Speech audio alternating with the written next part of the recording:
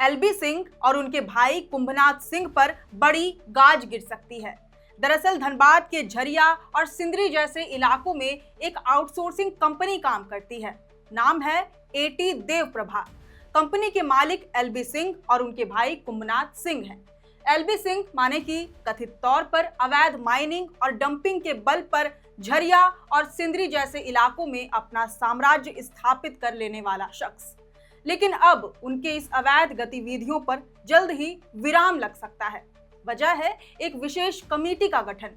दरअसल BCCL, eighty Devprabha और अन्य कंपनियों के विरुद्ध जांच के लिए विधानसभा की एक विशेष समिति का गठन किया गया है। इसका गठन विधानसभा अध्यक्ष रविंद्रनाथ महतो ने किया है। जांच इसलिए की जाएगी क्योंकि इन कंपनियों पर राजस्व भूमि का अवैध अतिक्रमण, रैयती जमीन पर ओवरबर्डन डंपिंग करने जैसे गंभीर आरोप हैं, जिससे आम जनमानस को भारी नुकसान झेलना पड़ रहा है। कई दफा मौत की भी खबरें आ चुकी हैं।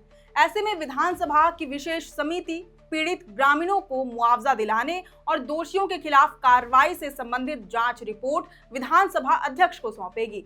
आपको बता दें कि टुंडी से झामुमो विधायक मथुरा प्रसाद महतो को इस स्पेशल कमेटी का संयोजक बनाया गया है। वहीं सिंदरी से भाकपा माले के विधायक चंद्रदेव महतो, जिनके क्षेत्र की यह समस्या है, उन्हें, साथ ही निरसा से भाकपा माले के विधायक अरूप चटर्जी, धनबाद से भाजपा विधायक राज सिन्हा, चंदनक्यारी से जेएमएम विधायक उमाकांत रजक, बोरियो से झामुमो विधायक धनंजय सोरेन और तोरपा से झामुमो विधायक सुदीप गुड़िया को समिति का सदस्य बनाया गया है।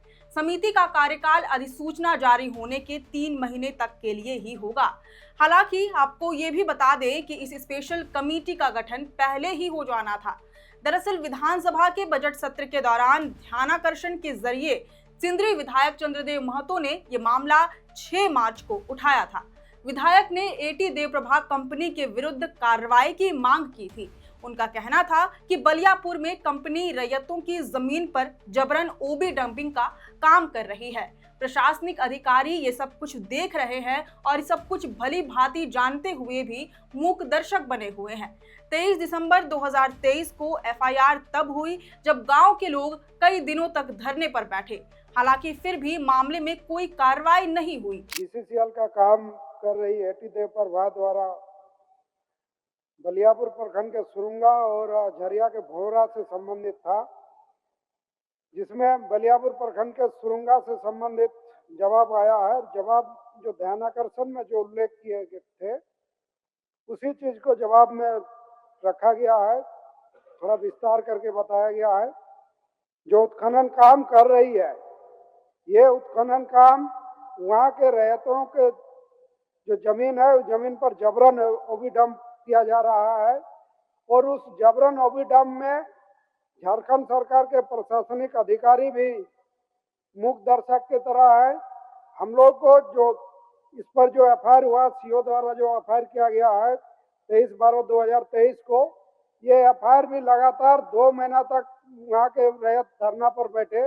उस धरना में हम भी शामिल थे, तब ये एफआईआर हुआ। इसके बाद भी जो कार्रवाई हुई, वो भी गांव के लोग लगातार आंदोलन करते हैं तभी होता है और सिर्फ यहीं तक सीमित रह जाता है। वहीं दूसरी ओर यदि आंदोलन में जाते हैं तो उस पर गांव के लोगों पर, रैयतों पर तो तुरंत कार्रवाई होती है। तो ये जो स्थिति है, मेरा कहना है कि बीसीसीएल उस जमीन पर अनाधिकृत रूप से काम कर रहा है तो उस पर कार्रवाई हो। विधायक चंद्रदेव महतो ने जब ये मुद्दा उठाया तब उन्हें अन्य विधायकों का भी समर्थन मिला। पक्ष और विपक्ष दोनों ही साइड के विधायकों ने कंपनी के विरुद्ध कार्रवाई करने और एक स्पेशल कमेटी बनाने की मांग की। इस पर मंत्री दीपक बिरुआ ने कहा कि अतिक्रमणवाद की कार्रवाई चल रही है, 2 नोटिस भी जारी हो चुका है। ये सही है कि आउटसोर्सिंग कंपनी मनमानी कर रही है। राजस्व का भी मामला है और इसमें माफियागिरी का भी मामला है। इसका उच्च स्तरीय जांच निश्चित रूप से विभाग से हम चाहते हैं कि विभाग इस पर जांच करे, 3 महीना के अंदर में इसका रिपोर्ट दे और जो भी लोग इससे हैं सीएमडी लेवल पे और उनके जीएम लेवल पे भी इसकी बैठक होकर के इस पर हम लोग समीक्षा कर लें।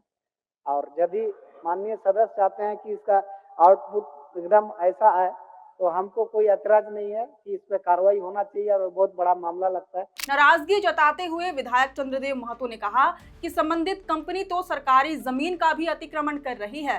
रैयत बलदेव कुंभकार 5 जनवरी 2025 की रात अपनी जमीन पर शौच करने गए थे, लेकिन उनको हाईवा से कुचलकर मार दिया गया। 2 मार्च को राजू भुइयां ओबी डंपिंग के पत्थर की चपेट में आकर मर गए। एक रैयत है बलदेव कुंभकार जो 5 जनवरी 2025 को रात को शौच करने के लिए गए अपने जमीन पर, अपने रैयती जमीन पर। रात को उसको हाईवा से कुचल के मार दिया गया। वो रात को अपने घर से निकल नहीं सकते। इस मसले को आगे बढ़ाते हुए निरसा से भाकपा माले के विधायक अरूप चटर्जी ने कहा कि कोल इंडिया 3 तरीके से माइनिंग करती है। एक है आउटसोर्सिंग मोड, दूसरा है एमडीओ और तीसरा है रेवेन्यू शेयरिंग। एमडीओ और रेवेन्यू शेयरिंग में जमीन खुद खरीद कर माइनिंग करना होता है। विस्थापन का सेटलमेंट भी कंपनी को करना है।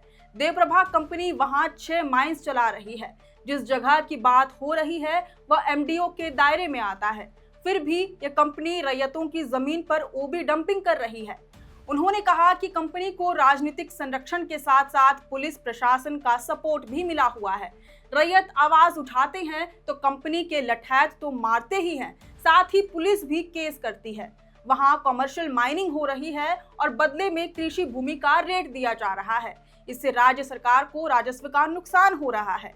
अगर इसका सर्वेक्षण हो तो 1,36,000 करोड़ से कहीं अधिक राज्य को मिलेगा। जो रैयतों की जमीन की मुआवजा बिना दिए उस पर बार बार डंपिंग कर रहे हैं।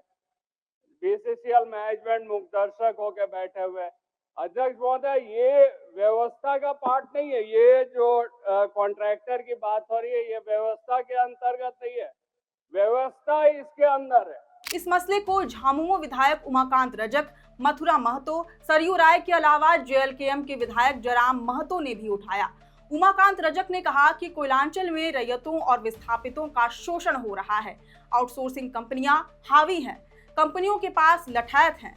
मंत्री दीपक बिरुआ ने कहा कि यह बोलना कि कंपनी के अधीन वहां की व्यवस्था आ रही है तो यह बेहद गंभीर मसला है। विभाग या सरकार इसको बर्दाश्त नहीं करेगी। आने वाले दिनों में भूमि जांच पड़ताल आयोग भी बनाएंगे। मंत्री ने कहा कि इस मसले पर विधानसभा की समिति का गठन होना बेहद जरूरी है। हर हाल में जांच होनी चाहिए। विधायकों मंत्रियों की मांग पर स्पीकर ने कहा कि वे मंत्री के मत पर सहमति देते हैं। साथ ही चलते सत्र में कमेटी के गठन का वादा भी किया। हालांकि मार्च से लेकर अब तक लगभग 2 महीने बीत चुके हैं, अब जाकर विशेष समिति का निर्माण हुआ है। लेकिन कहते हैं ना, देर आए दुरुस्त आए। तब नहीं, लेकिन अब कमेटी गठित कर ली गई है जो एटी देवप्रभा पर शिकंजा कसेगी। हालांकि अब देखना होगा कि कमेटी के जांच रिपोर्ट में क्या क्या अहम खुलासे होते हैं। वैसे इस विषय पर आपकी क्या राय है, ये हमें कमेंट करके जरूर बताएं। अगर आपको ये पूरी रिपोर्ट पसंद आई हो तो इस वीडियो को जरूर से लाइक और शेयर करें। हमारे चैनल लोकतंत्र 19 को फेसबुक पर फॉलो और यूट्यूब पर सब्सक्राइब करना न भूलें। फिलहाल लेते हैं अलविदा। जोहार।